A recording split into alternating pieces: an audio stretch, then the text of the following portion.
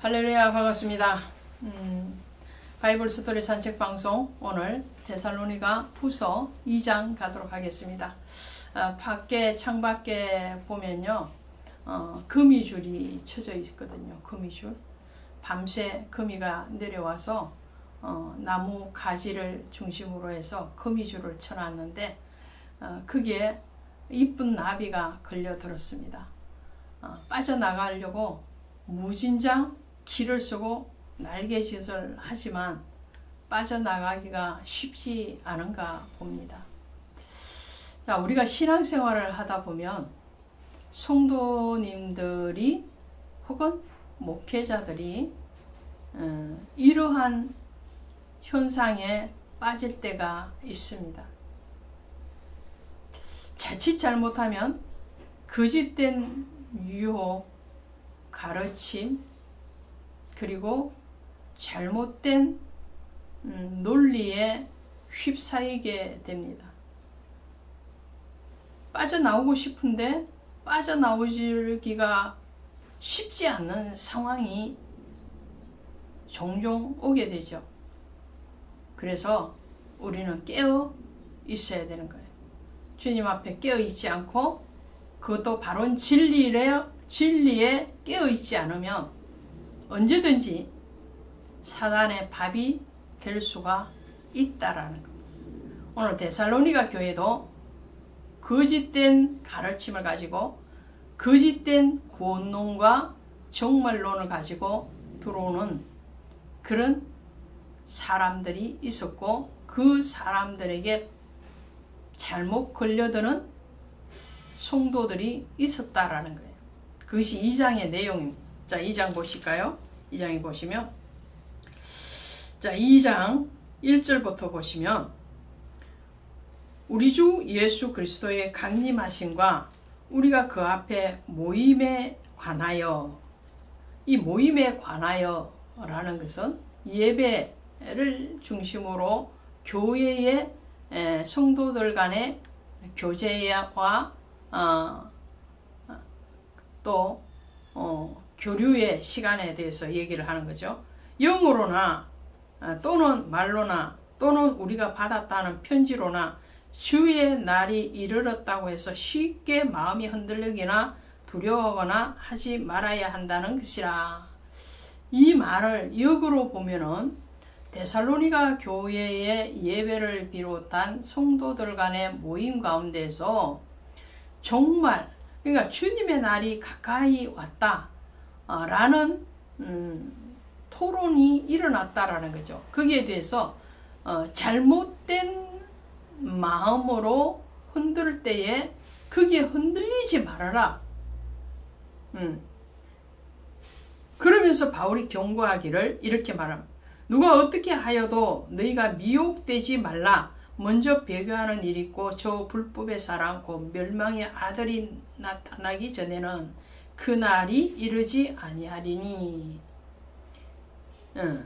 그러면서 이 멸망의 아들이 누굴까요? 하나 더 볼까요? 4절에 보시면 그는 대적하는 자라. 그러니까 멸망의 아들은 대적하는 자가 되는 거죠. 어디에 대적한다는 거예요? 예수님께 주께 대적을 하는 거죠. 사람에게 대적하는 것이 아니고 주님에게 말씀의 대적자가 되는 거죠.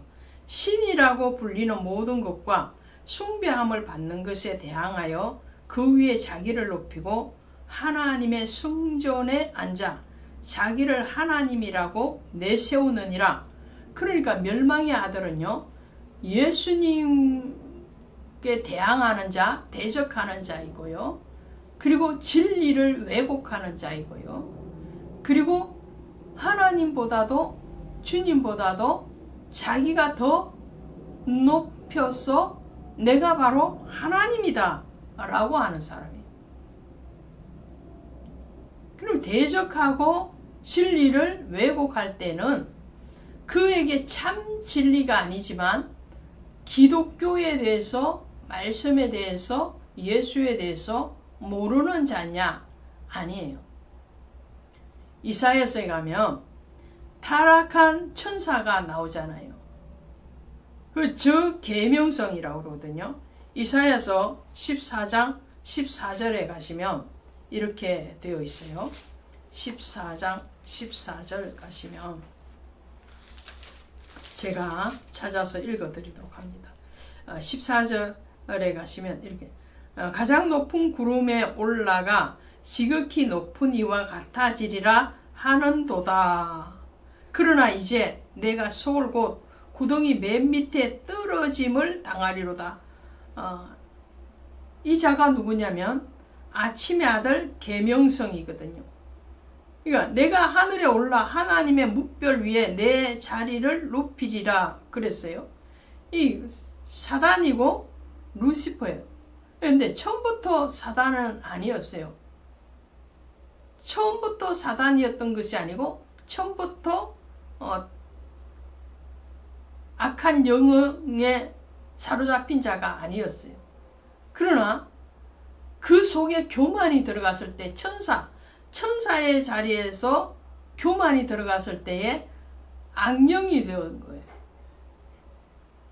이것은 바벨론을 예표를 하고 있는데요. 자, 모든 이 세상의 악의 대적을 얘기할 때에 바벨론 혹은 애굽 이렇게 얘기하죠. 계시록에 가면은 큰 음녀라고 또 나옵니다. 계시록 17장 1절에 가면 많은 물 위에 앉은 여자 음녀에 대해서 얘기를 하거든요. 그러면 그 많은 물이 뭘까? 오늘은 성전에 앉아 이랬잖아요. 하나님의 성전에 앉아. 그럼 성전, 여기서 말하는 하나님의 성전과 계시록 17장에 나오는 많은 물 위는 뭘까요? 하늘의 뭇별, 그것은 또 뭘까요? 계시록 17장 15절에 가면 풀어주고 있습니다. 물은 백성과 무리와 열국과 방언이라. 한마디로 말을 하면 모든 사람의 마음이라는 거예요. 고린도 전서나 고린도 후서에서 너희가 하나님의 영, 성령이 거하는 거룩한 성전인지 알지 못하느냐 그랬잖아요. 그러니까 우리가 하나님의 성전이란 말이에요. 하나님의 성전인데 성전 위에 앉았다라는 말은 우리 마음에 거짓된 것을 뿌리고 우리 마음을 조정하는 거예요. 거짓 영이. 그래서 그 마음을 빼들어가는 거죠. 그래서 무릇 어떠한 것들보다도 내 마음을 지켜라. 생명의 근원이 이에서 남이니라 그랬어요. 우리 마음을 신앙의 바른 신앙, 바른 진리 안에서 지켜내지 못하면 악한 영들이 와서 흔들을 때에 그들은 정말로 번지르르하게 흔들어가요. 미혹의 역사를 주는데요. 거기에는 표적과 기적이 나오죠. 9절에 보면 악한 자의 나타남은 사단의 활동을 따라 모든 능력과 표적과 거짓 기적과 불의의 모든 속임으로 멸망하는 자들에게 있으리니 이는 그들이 진리의 사랑을 받지 아니하고 구원을 받지 못하면 이러므로 하나님의 미혹의 역사를 그들에게 보내서 미혹하는 거예요. 미혹. 넘어지고 훔치기 위해서 속이는 거예요. 그 속일 때에 기적과 표적도 일으킨다는 거예요. 오늘날에도요. 거짓된 선지자, 거짓된 목회자, 거짓된 가르침을 가진 사람들이 와서 막 이상한 축기를 한다, 뭘 한다. 표적과 기적을 일으켜서 마음을 빼들어가요. 그 안에 참된 진리로 하는 것이 아니에요. 거짓된 진리. 그래서 요한 1서 4장 1절에 가면 이렇게 말씀을 해요. 사랑하는 자들아 영을 다 믿지 말고 오직 영들이 하나님께 속하였나 분별하라. 많은 거짓 선지자가 세상에 나왔음이니라. 보세요. 많은 거짓 선지자가 와서 우리의 성령에 사로잡혀야 되는 우리의 영을 훔쳐가요. 악령으로. 거짓된 진리로. 그리고는 결국은 본인이 내가 신이다라는 거예요. 내가 신. 하나님이 높임을 받아야 되고 주님이 높임을 받아야 되는데 사람이 신이 돼요. 막 군중을 몰고 다니면서 교만이 정말 하늘을 찌르는 그런 사람들을 군중들은 너무 열광을 해요. 교회 안에서도 거짓된 영인지 진리의 영인지를 분별해야 되는데 무슨 뭐 병자가 일어나고 그러면 그게 막 쫓아가는 거예요. 진리에 사로잡히기를 원합니다.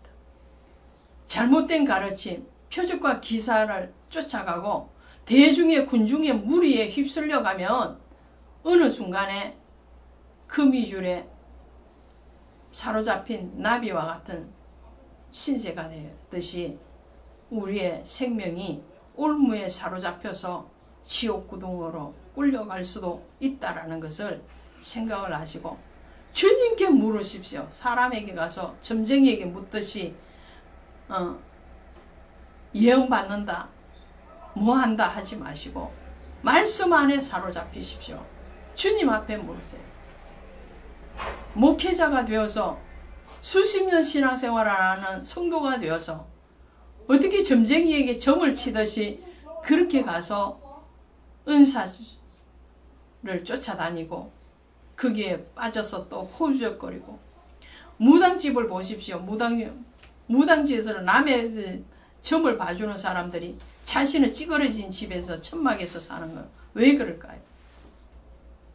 오늘 말씀에 바로 사로잡히고 오직 주님만이 우리의 주님이심을 인정하고 고백하는 성도와 교회와 모든 지체들 되시기를 원합니다. 고맙습니다.